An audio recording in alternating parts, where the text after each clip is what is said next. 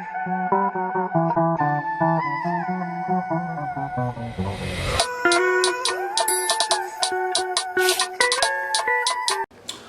back to the 100 cases. In this video, we'll talk about the case of Indian Bank versus Maharashtra Federation.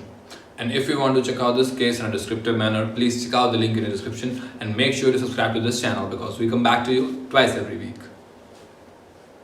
तो इस case में क्या होता है कि जो रिस्पोंडेंट होते हैं वो जाते हैं एपेलेंट के पास यानी कि इंडियन बैंक के पास कि आप मेरे क्लाइंट है शंकर राइस मिल, उनके फेवर में एक इरेवोकेबल लेटर ऑफ क्रेडिट दे दीजिए 3,80,000 रुपीज का। और जो बैंक होता है वो 3,80,000 रुपीज दे देता है, जिसको भी महाराष्ट्र स्टेट फेडरेशन देने के लिए कहते हैं। उसके बाद ये जो बनता है ये बनता है एलओसी के अंदर यानी कि लाइन ऑफ क्रेडिट। फिर ये सब हो जाता है। उसके बाद जो रिस्पोंडेंट होते हैं यानी कि महाराष्ट्र स्टेट फेडरेशन वो जाती है कोर्ट में और suit for recovery of 3.8 lakh rupees के लिए फाइल कर देती है। फिर जो इंडियन बैंक होता है वो कहता है कि यार इन्होंने तो केस भी रुपए भी ले लिए, उसके बाद सूट फॉर रिकवरी भी डाल दिया। फिर जो इंडियन बैंक होता है वो जाता है हाई कोर्ट में और एक समरी सूट फाइल कर देता है against the respondent for recovery of 5 lakh rupees under LOC. अब देखिए इंडियन बैंक ने 3.8 लाख रुपीज दिए थे, लेकिन उनको रिकवरी में 5 लाख रुपीज चाहिए क्योंकि उनको इंटरेस्ट भी चाहिए और ये उनकी लाइन ऑफ क्रेडिट में दिया हुआ था। उसके बाद जो रिस्पोंडेंट होते हैं वो जाते हैं कोर्ट में और अंडर सेक्शन 10 जो कि एपेलेंट ने अपील फाइल करी है हाई कोर्ट में समरी सूट पे, उस पे स्टे लगाने की बोलते हैं। जो सेक्शन 10 है सीपीसी का वो बात करता है रेस्ट सब्जुडाइज के बारे में।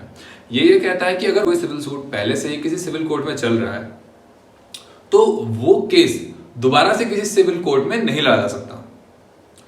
तो ये होता है रेस्ट सब्जुडाइज।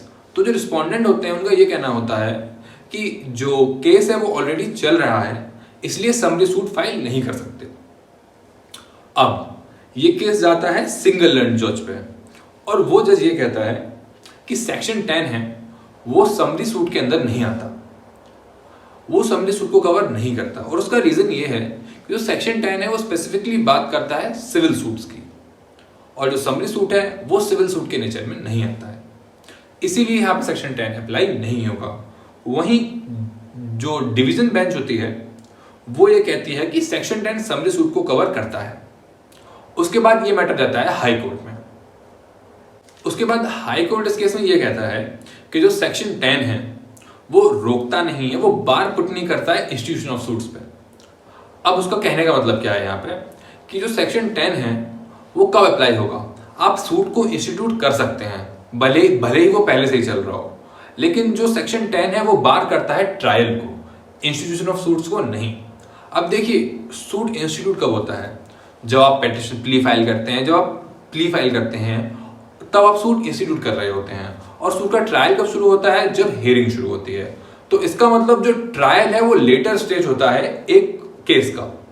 तो इसीलिए कोर्ट इस केस में ये कहता है कि सूट फाइल करने पर रेस्ट सब्जुडाइज नहीं लगेगी और जो ट्रायल है उस पर लगेगी। उसके बाद कोर्ट इस केस में ये कहता है कि जो सिंगल लर्न जज का बेंच था उन्होंने सही ऑर्डर पास किया है। उन्होंने ये कहा था कि जो सेक्शन 10 है वो समरी सूट को कवर नहीं करेगा क्योंकि वो सिविल नेचर का नहीं है और हाई कोर्ट ने भी इसी बेंच के ऑर्डर को अलाउ किया है और अपहेल्ड किया है। तो इस केस में जो रिस्पोंडेंट होते हैं उनकी प्ली डिनाई कर दी जाती है। और इस केस में बस इतना ही। I hope you understood this case and thank you for watching this video.